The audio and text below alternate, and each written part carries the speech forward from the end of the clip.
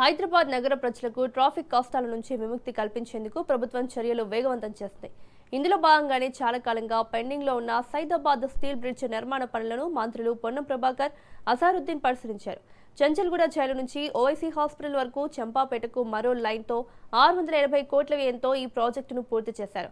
త్వరలోనే సీఎం చేతుల మీదుగా ఈ బ్రిడ్జ్ ని ప్రజలకు అందుబాటులోకి తీసుకురానున్నారు. దీనివల్ల సంతోష్ నగర్, చెంచల్గూడ, సైదాబాద్ ప్రాంతాల ప్రజలకు ప్రయాణ దూరం తగ్గడంతో పాటు ట్రాఫిక్ సమస్య పూర్తిగా తీరనుందని మంత్రి పొన్నం ప్రభాకర్ అన్నారు.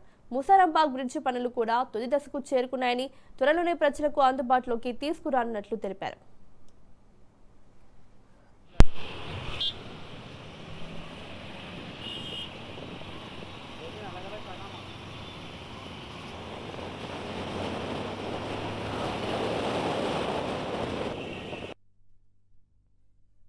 కాలంగా పెండింగ్ ఉన్నటువంటి ఈ బ్రిడ్జ్ పనులు 680 కోట్లతో తీసుకున్నటువంటి బ్రిడ్జ్ పనులు ఇక్కడ చెంచల్గూడ జైలు నుంచి ఓవైసీ చౌరస్తా దాకా, హాస్పిటల్స్ దాకా, చెంపాపేటకు ఒక లైన్ తోటి 620 కోట్ల రూపాయలతోటి యొక్క ప్రాజెక్టు పూర్తయింది.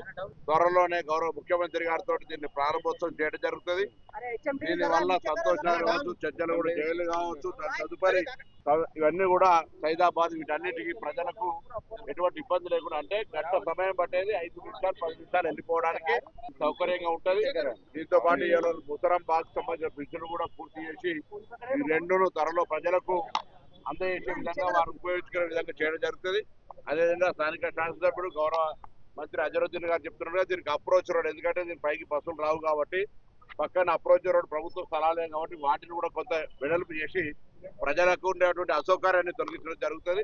ఇవి చాలా కాలంగా పెండింగ్ లో ఉంటే వాటిని ముఖ్యమంత్రి గారు హైదరాబాద్ నగరం పెరుగుతున్నటువంటి నగరం, ఇన్ఫ్రాస్ట్రక్చర్ పెరగాలి, ప్రయాణికులకు అన్ని రకాలుగా ఇబ్బందులు లేకుండా ఉండాలనే ఆలోచనతోటి ఈరోజు అక్కడ కేబీఆర్ పార్క్ దగ్గర తీసుకున్నా, ఇంకెక్కడ తీసుకున్నా పెండింగ్ లో ఉన్న అన్నిటిని కూడా వేగవంతంగా పూర్తి చేస్తా ఉన్నాం.